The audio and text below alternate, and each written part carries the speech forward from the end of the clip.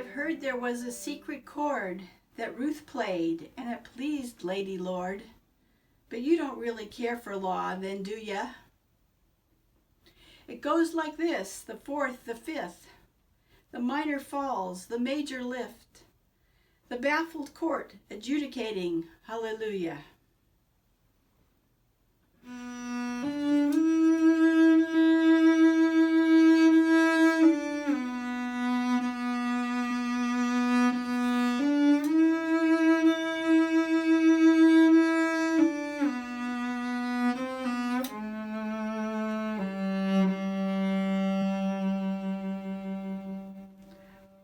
Her faith was strong. She needed proof. She saw the women on the roof. Equal pay and health rights overthrew ya. She tied us to a courthouse chair. She broke the throne, threw down judgments fair. Decisions lifting dignity. Hallelujah.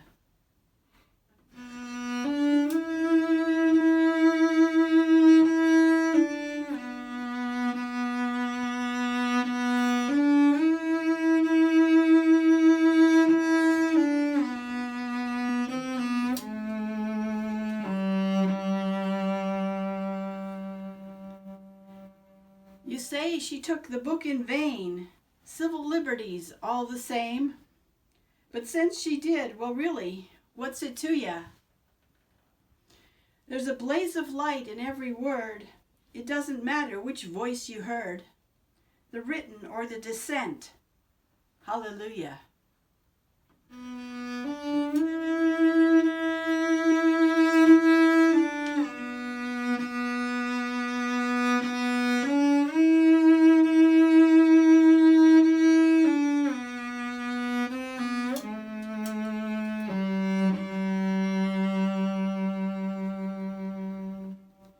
She did her best. It was so much.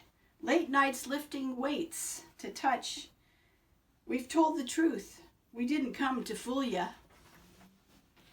And even though her voice was strong, we stand before the Passion Song, carrying forward the torch of Hallelujah.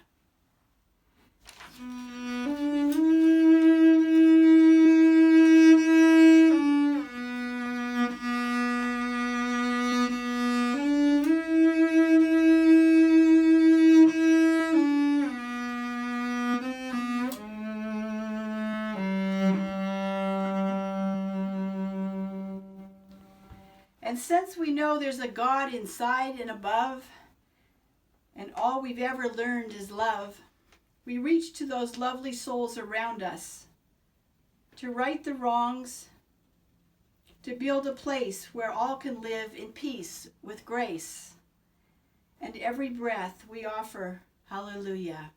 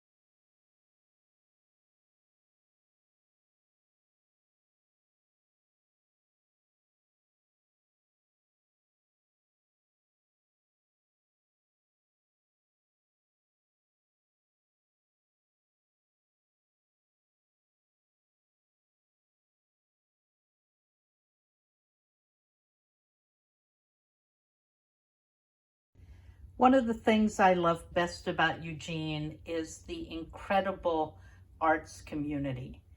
Maud Kearns does an annual show for Dia de los Muertos, traditionally organized around Mexican Day of the Dead themes. But I decided to interpret it twice for my own communities of affiliation. So this piece was done for gay marriage acknowledgement, and you can see the two figures with their little sombreros holding all the flowers and celebrating the love that two people can share. This other piece is a very strong personal favorite. I call it Bert and Ernie, actually Torah study with Bert and Ernie, Auschwitz 1943. And I got into the idea of doing the skeletons, and then they ended up looking like Muppets. So the Jewish star is obvious, and the Torah is represented on the bima, and the two of them are doing what Jews always do, arguing about what Torah would say about their present condition. I don't think there's much to say about human rights and the Holocaust that hasn't been said before, but since I come from a Holocaust family, it is always very important for me to acknowledge. Thank you.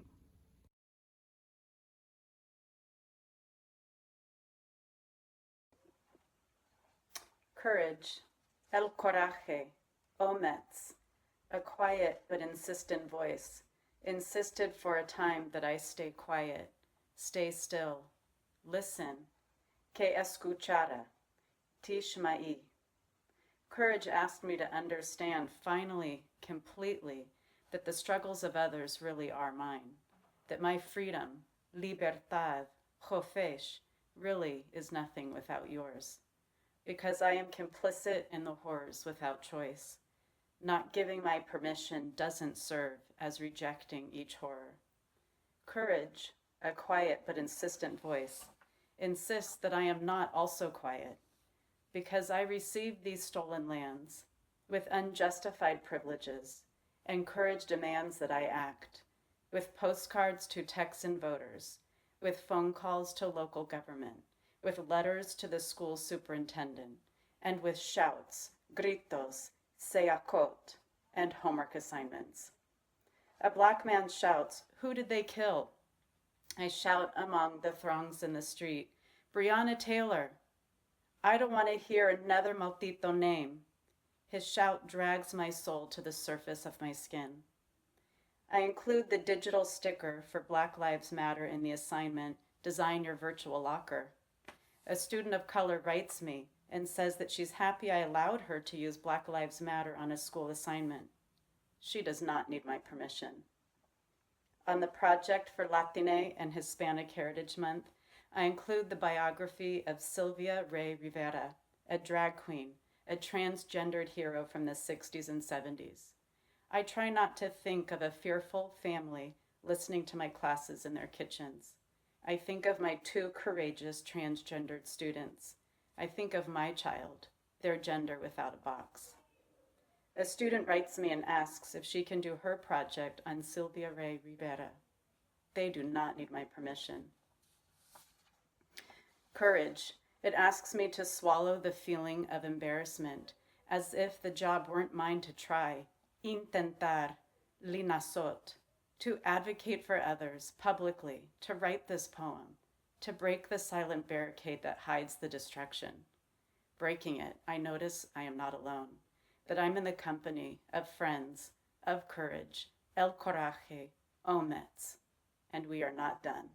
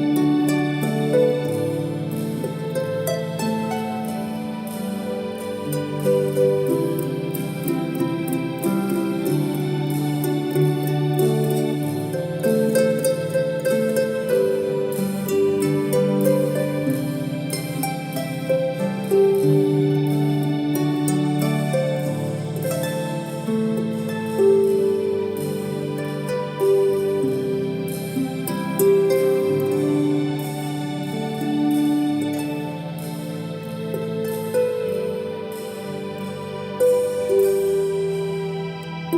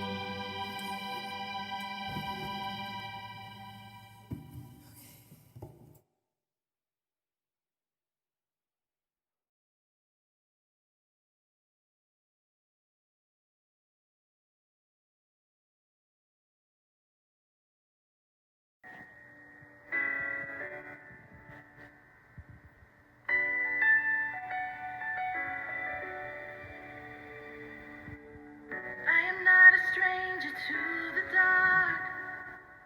Hide away, they say, 'cause we don't want your broken parts. I've learned to be ashamed of all my scars. Run away, they say, no one will love you as you are.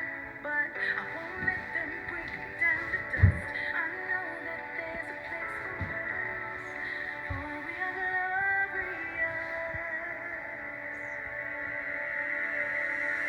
When the sharpest words wanna cut me down, I'm gonna send the blood, gonna drown them out.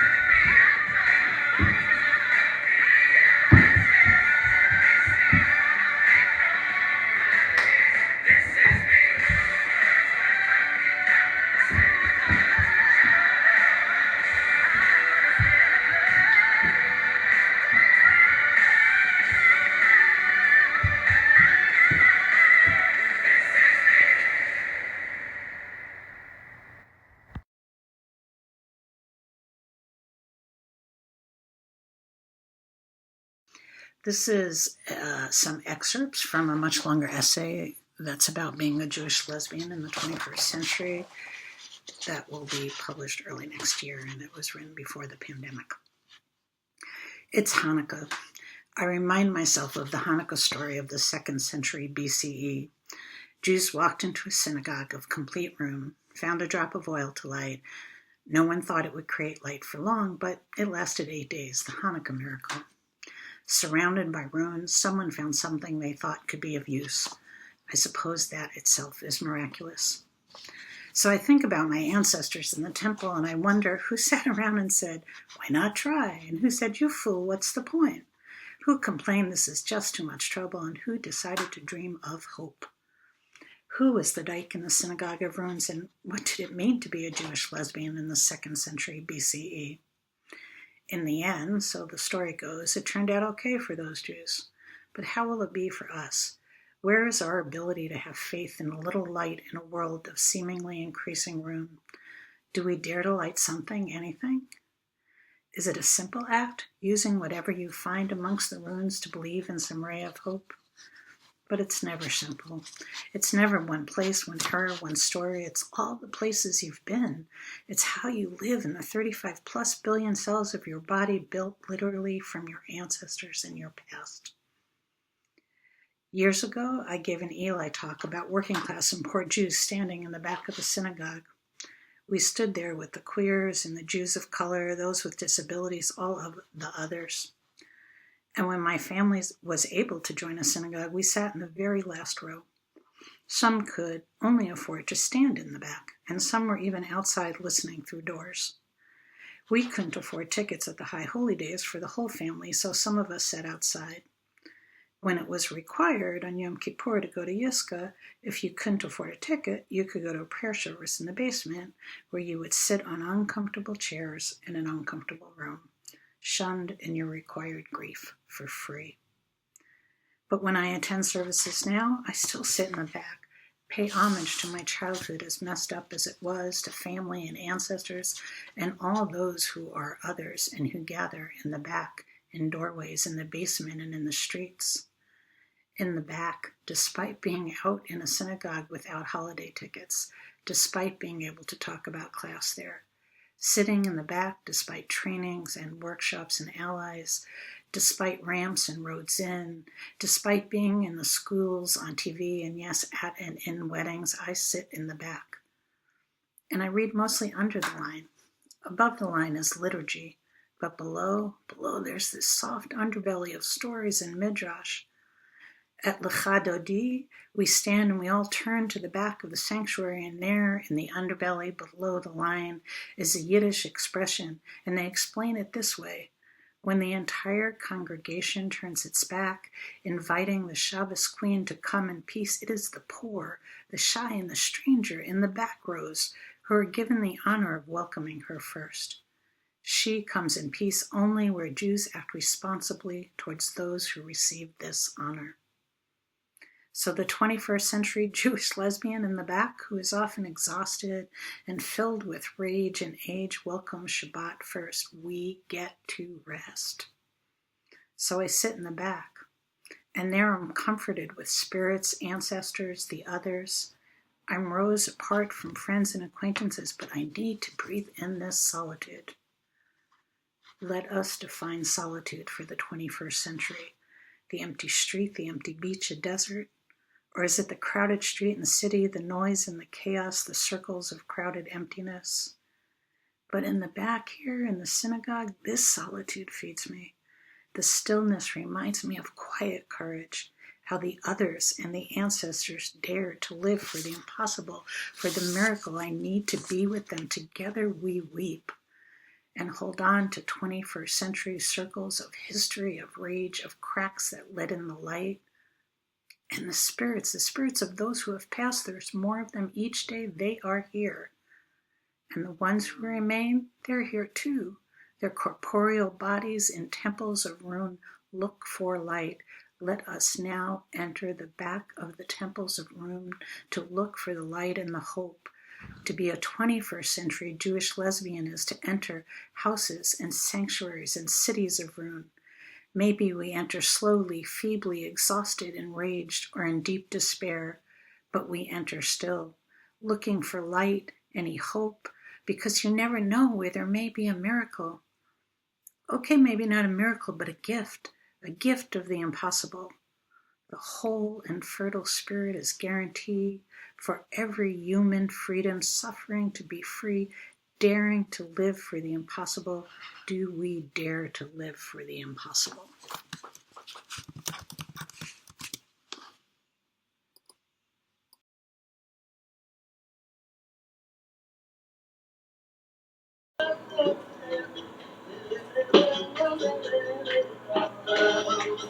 One, two, three, four, 1, 2, 3, and 1.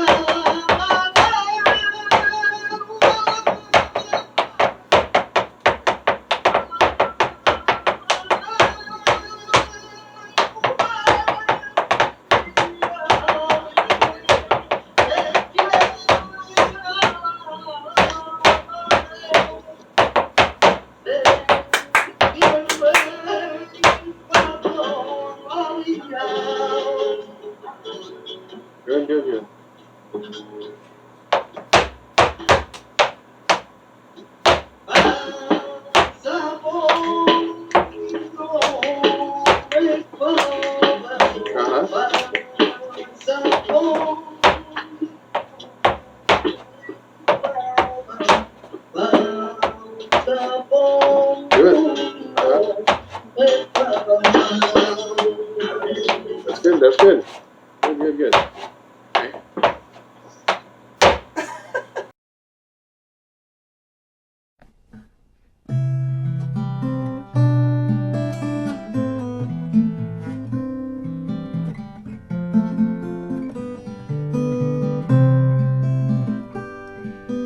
Somewhere over the rainbow, somewhere over the seas, somewhere in our lifetime, may it be peace that we will see. May it be peace that we will see. Somewhere in the heavens, somewhere here on earth, somewhere in each of our hearts, may we come to know each person's worth, to know each other's worth. Somewhere where children are watching, somewhere where the sun has not shined, somewhere where the trust has been broken, may love be spoken for a new design. Love for a new design. Somewhere where dreams are forgotten, and somewhere where people's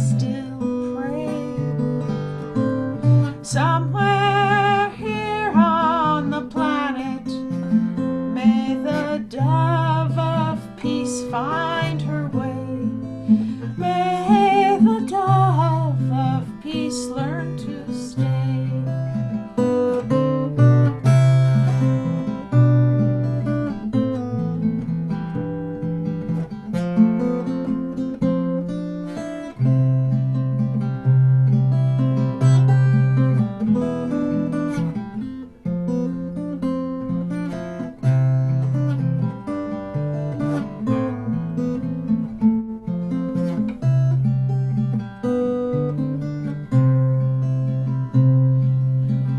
Use shalom bimromov.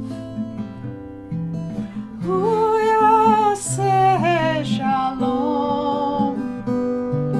Shalom aleinu ve'akol Yisrael ve'akol yoshvei tevel v'imru Amen. Somewhere over the rainbow, somewhere over the seas, somewhere in our lifetime,